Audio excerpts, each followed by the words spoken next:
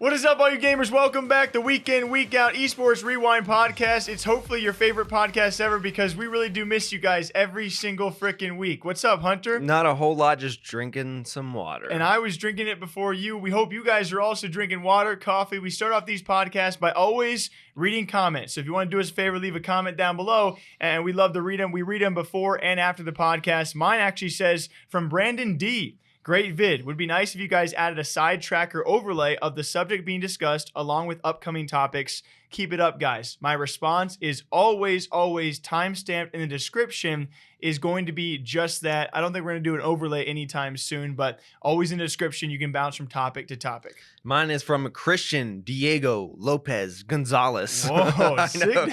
Who says, very good information collected in a turbulent week of Twitch, which there's two parts to this comment. I'll say first, thank you. We try to wrap these up the best we can so people enjoy listening to them and get a lot of information. And the second part saying the two-time and the two-ton are reunited 1 year later. We love the two-time and we love the two-ton. If you guys don't know, Doc and Tim now back on YouTube with his move. But we hope you guys all enjoy. Ready? Let's do it. Let's get into it. And a lot going on in the esports and gaming world this past week. I would say stuff that I enjoyed the most was G2 versus Sentinels. Some of the best trash talk, I think, that I've ever seen. Now, I was told by a little birdie what was going to go down, but then, of course, Twitter, you just never expect things to take off the way they did. If you guys missed the matchup, their first ever matchup in Valorant during VCT Berlin, it was still a decent series. Sentinels is just so freaking good. G2 go on to be the first team on land to take a map off of Sentinels, but before all this went down, hours before the matchup, it was actually Carlos and G2 revealing they had rented a plane, which I was told was a couple $1,000s per hour for a few hours to fly around Berlin with a giant banner to say F Sentinels, which you and me love Carlos. We love talking about this. Just we don't see this from other esports organizations. Which it had already kind of built up a little bit because, as we know, G2 had put, posters all over the city supposedly and like spray painted stuff on some of the sidewalks that had G2 everywhere or their samurai everywhere. And then you saw Sentinels even respond because the poster said, "We run this town." And they edited it with Carlos and said something about "we run this clown" or something like this. Yeah, somebody was. Everyone needs a clown. And so it was just good banter back and forth. And they teased kind of, we're going to do something even bigger tomorrow. And then they post that video, which just got better and better, honestly, as they ended up losing. When the plane took off and you just kind of saw, oh, what's that plane doing? And then the banner trailed behind it saying F Sentinels. It was so good. And it goes by kind of fast, but you're like, oh, yeah, that did say what it. And even further back than that, you have Carlos and G2 Esports going back and forth with Sentinels social media guy or gal who continues to just, freaking kill the game when it comes time for responses, just witty and fast, which is what you love to see on social media. Even further back, we were talking about G2 Carlos versus Sentinels CEO, I believe it's Robert Moore. They were going back and forth on Twitter before we even entered VCT, just when G2 qualified, because Carlos had said that he wanted to skull frick Sentinels, and then it was actually Sentinels CEO responding with a checklist that G2 had not accomplished yet. And then as the whole series is unwinding, you realize no matter who wins this, which Sentinels did go on to win, they dominate. I would say it was still a lopsided series, although still 2-1, and they still go on to win, but both sides win here. I think we have the second most concurrently watched series of all time in Valorant, and forgive me if I'm wrong, breaking 800,000 viewers across all their streams for, by the way, a matchup we've never even seen these two teams play. Like, can you name any other time we've seen two teams never play and then break 800,000 concurrents? Well, I think G2 pretty much just created a rivalry out of nothing. They're like, well, we're not going to win probably, and so let's just start hyping up this rivalry that doesn't exist really outside. Like, there's no reason because they haven't played, and so why is this rivalry existing? And so you get G2 who comes out swinging. They just put their neck on the line with their trash talk. They do not care. Versus Sentinels, I think, is a little more reserved before the match, and then after the match, which is my favorite part, where Sentinels start trash talking, of course, and getting those final punches in, and then even G2 starts punching themselves at the same time, where they cut off the banner and it was just the plane that just said F. Yeah, the original banner said F Sentinels, and they just cut it off on their tweet, so all you saw was the plane and then saying F. I was just trying to I just said what you said, but I wanted to give a better visual. Well, we also had the visuals of people editing it where it said F by Sentinels afterwards. I don't know if you Oh, saw and then I saw like those. the scoreboard in the background, Yes. like behind the plane. And then we also saw the very final punch that I thought was killer was you have G2 who paid to rent this plane out and do this whole thing. And I don't know if they coordinated with Sentinels. I would imagine not, but who knows at this point. But Sentinels, they take that, what someone else paid for, and their very last thing was they actually photoshopped the same plane going, I think it was Gold 2 Esports, which was the common joke. Another joke was not G2, but Gold 2 with how they were playing on the game. And that tweet did better than G2's original, I think nearing 1 million views. So it's really, really cool to see how much these teams are utilizing each other. And I think at the end of the day, it's some great banter. Maybe there's a bit more tension that we want to let on to.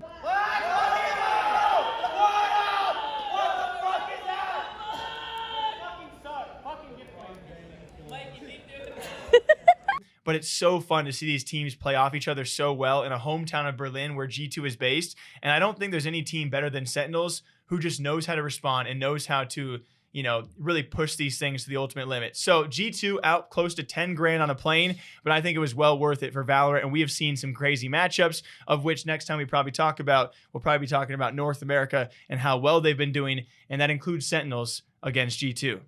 A big old story with a lot of different reactions out there involved Nickmercs this past week. It was kind of a two-parter, and you covered them both, which I am so jealous of, and frick you for that. But either way, it was first a Nickmercs clip that was oddly reminiscent of Ninja. Ninja saying he's going to buy the bank that owns your home and foreclose it. It was something that he said a while back, which, again, you and me find funny. I can understand why some people would maybe see a man making millions gaming not liking that comment, but I love that kind of banter. And Ninja met a lot of backlash for that one. This time around, it was actually Nickmercs responding to someone who was actually hating on him and his viewership. And I think that's a key part to mention here is he was responding to someone who was digging on him a little bit, and he fired back with a clip I'm sure you guys have seen by now saying, you know, he and his fam have made more in the past month than your family has in the past year. Okay, yes, my views are a little bit down on YouTube, G-Man, you know? And G-Man, I didn't want to bring this kind of energy to you right now, but I got to do it because you brought it to me. Bro, those views that we're getting right now on YouTube make more money than your family sees in a year and a month. So I don't know what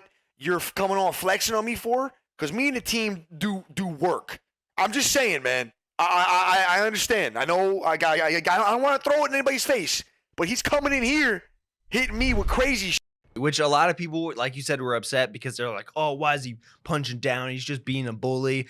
And the other side of it, people saying, well, he was just defending himself in the situation. And so very easy to see both sides, I think, for both of us. But then that situation took off way further and turned into something else because, as usual, we know Nickmercs and Huskerrs have beef, right? And then we know P90 Princess Had beef. This is so long ago. It pretty much got settled. It went on for way too long to begin with, right? No, you're good. It went on for way too long. And then P90 Princess, who is dating Huskerrs, decided to take to Twitter and respond to some random person's tweet. And so the person tweeted, I just don't understand. It was actually in response to Fuya. And then P90 Princess and this other person said, I just don't understand why he punched down like that. He doesn't need to. I like the guy, but that seems like one of the top rules of how to handle being famous guidebook, to which P90 Princess said, that's what he always does. He flexes his wealth, but tells people to be kind to others. And that was also, apart from that, she responded to Fuya, like you said. Fuya said normalize, I believe, biting back on people, on your haters, right? Right. So you can actually bite back on haters who are dissing your viewership.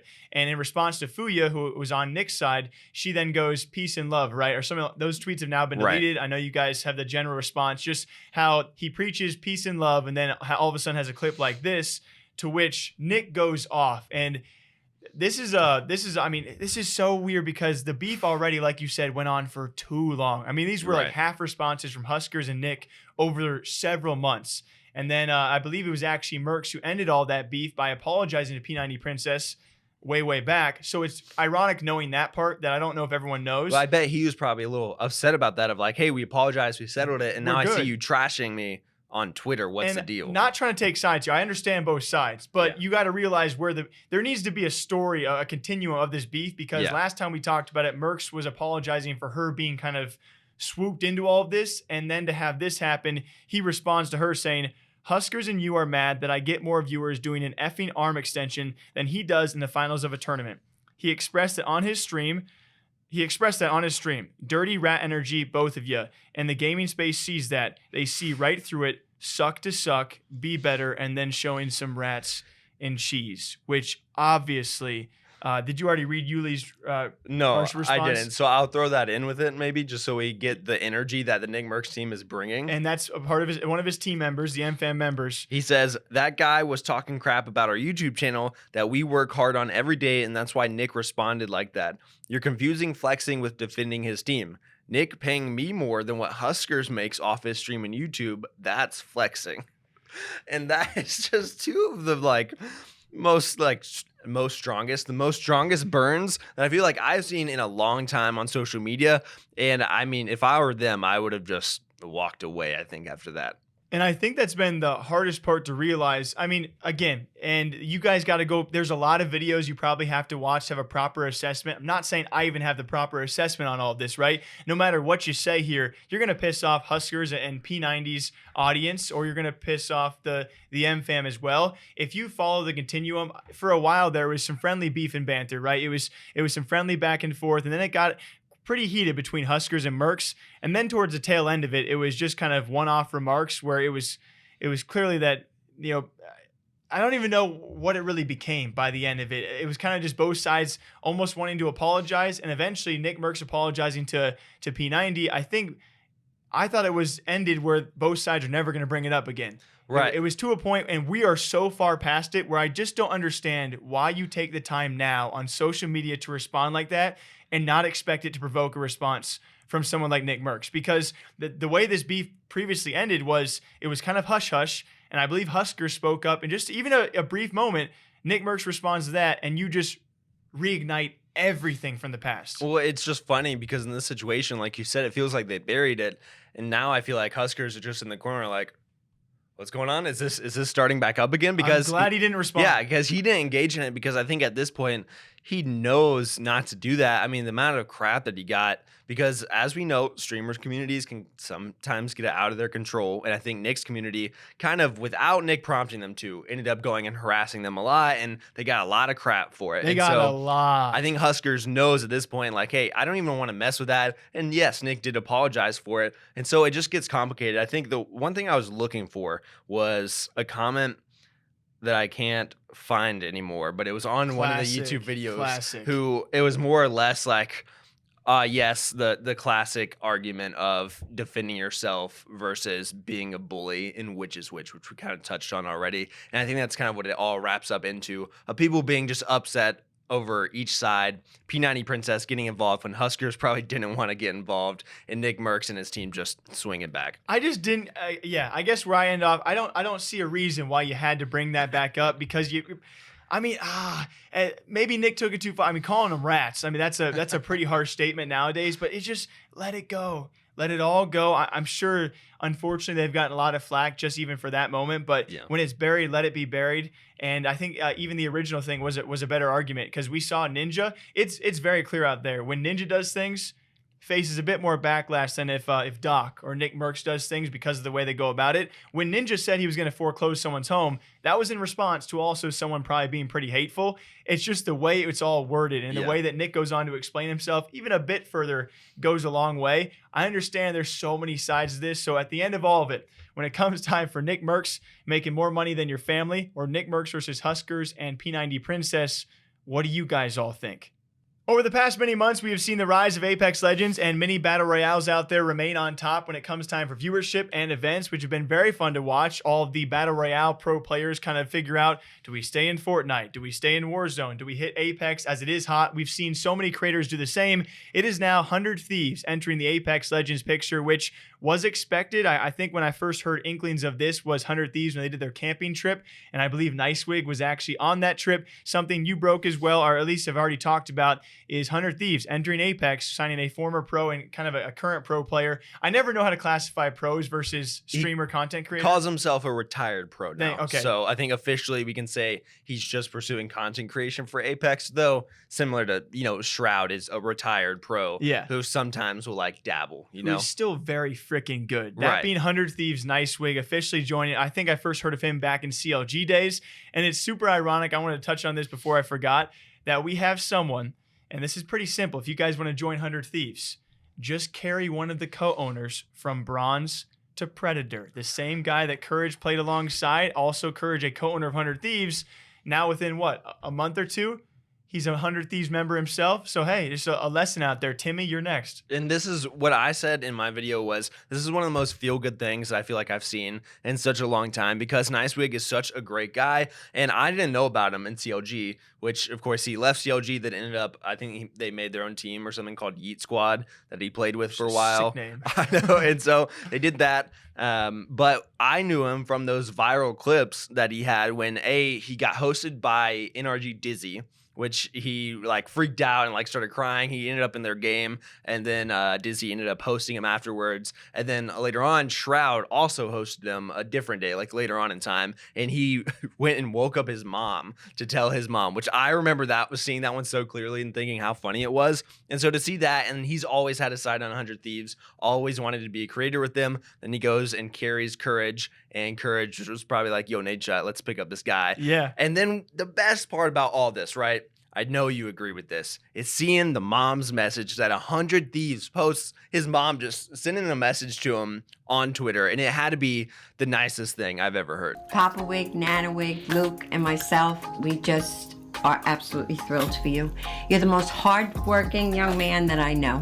All the hours that you put in, all the sacrifices that you made, so many things that you could have done, parties, engagements, all different things that you maybe wanted to do, but you knew in order to get onto 100 Thieves, your goal, your dream, you had to work, and you did it. You did it. Dude, that was, I almost like I want to cry. It was the most adorable thing I've seen in a long time. If you guys have not seen 100 Thieves video, they announced with a NiceWigg's own mother, she made her own 100 Thieves shirt. Yeah. Dude, I just like, you ever like see another mom and you think, that's like, I feel like my mom would do something similar. It was the cutest announcement video. She's like, hi, honey. Yeah. Like, you did it. And I was like, oh, my freaking heart. She literally says, you did it, kid. You finally did it. And like, you got your dream. And then at the very end, one of my favorite parts, she has the wig that he used to wear. He doesn't wear the ridiculous wig anymore, obviously. It's like this big spiky blonde one. And she's like, but never forget like where you came from. And she like puts the wig on and like from the house in New York or whatever. And it just makes your heart feel good, you know? Yeah, it's so freaking adorable. What a great way to announce for 100 Thieves. And yes, they have their eye on all of these growing scenes out there. I believe collegiate or NCAA, they were looking for, some college streamers in the future. They certainly love to tap into markets that are on the rise. They did so with Valorant. I expect it with Apex Legends. Yeah. I think if you're eyeing someone right now, there's got to be tons of competition for this one, but someone like Timmy, or there's got to be plenty of options out there for future Apex Legends signings. So we'll see if 100 Thieves continue to expand, and if they have started a bit of maybe a little path for other orgs to follow with a resurgence of Apex Legends. Something we have not talked about for a long time, as updates have been slow but continuous, and now especially this past weekend, that's going to be Epic versus Apple, the battle of the billion-dollar companies, who I can't really feel bad for either side. This all around the payment systems when it comes time for paying for V-Bucks. And, well, unfortunately, Epic versus Apple, if you guys don't remember the initial reasons for the lawsuit, it's been ongoing for several months now. And this past weekend got at least a little bit of an update as to what's going on, which seems that both sides have kind of lost, but Fortnite has kind of won a bit more, if that's correct. Yeah, and just to give you, just before I get into it too much, a brief idea of exactly what happened was, I think it was like over a year ago at this point. I should have gotten the date for that, but that Apple had Fortnite on their store, and Epic decided to let people buy V-Bucks directly from Epic on the Apple store. So none of the money was going to Apple, whereas 30% of it is supposed to go to Apple. And of course, that was against their contract and not allowed. But the point of that was Tim Sweeney, CEO of Epic Games, really does not like that. The fact that 30% of it goes to Apple, and he says they have a monopoly on everything. And so that started the whole court case, them going back and forth. And now what we have is Apple can no longer prohibit in-app purchases. And so right off the bat, we see that's kind of a big W for a lot of people, right? And Apple is going to lose out on a ton of money because now they can do that. Like, we can buy V-Bucks directly from Epic, right? And so then the other thing, Epic Games was ruled to have a breach in doing it before this. And so they have to pay, which is pocket change for them, $3.5 million because of that breach. But the judge ended up saying that they don't think that Apple is a monopoly under antitrust laws, but that they were being anti-competitive. So a little bit complicated, but Fortnite will not be returning to the Apple Store as of right now. They do not have to add it back. Yeah, to iOS stores for now. So it seems the general summary right now has been that Fortnite, because of that breach, loses out on millions, or Epic loses out on millions, but Apple, because of that little loss there, could lose out on hundreds of millions, if not billions of dollars for that. I actually reached out to Ducky very briefly, a mobile creator as well, and he said kind of a lot of words. But so yeah, Epic Games could bring back Fortnite if they removed their direct payment system, or if they worked with Apple on their new system to offer users an external method of purchasing V-Bucks through them. But Tim Sweeney is making it so that if he doesn't get what he wants, then Fortnite iOS will not return. So for me, at the end of the day, you know, you got companies that are making plenty of money. They're going head to head. Tim Sweeney obviously really wants a very particular way to win this one. But you have companies that are losing money that they can afford to lose. I am left feeling gutted the most for mobile creators, and especially the mobile pro scene. I mean, how could you not feel bad for someone who, out of their own control, had their careers stripped away from themselves? But I will say, and maybe I'm just ignorant to this, maybe you'll know more, the classic argument, couldn't they just get a different phone? Couldn't they just get a, you know, we have phones that are designed for gaming at this point, like the Razer phone, and of course you could just go to Android if that's an option, or Google phones, stuff like that. And so I feel like there's other options, but of course some people do play on tablets and stuff like that. So I know there's some complications in what you're used to, and changing it up, it's like switching from one system to another is going to be complicated, of course, but I feel like there's workarounds, and hopefully, I will say, hopefully people like Ducky can find a way to pivot in all of this, because it does suck that all this was out of their control. Yeah, I guess I'd be feeling more bad for, I should reach out for more details on that kind of stuff, because there are so many additional options for mobile. But I mean, like you said, if you're used to an Xbox controller and then all of a sudden you have switched to PS mid-career, that can have a long delay on, you're already how long behind other mobile players out there. I'm left feeling the worst for those pro players, but I'm not sure the options they still have remaining in front of them. And I don't know. For me, without looking too far into it, probably should be giving it a deep dive before I give a real statement. But it just seems greedy from both sides. Obviously, it is at that kind of corporate wealth level. Both sides want their money. And one side seems Epic's going to fight until they get exactly what they want. We'll see what the players do in the future. But as of right now, an update for Epic versus Apple. What do you guys think about it?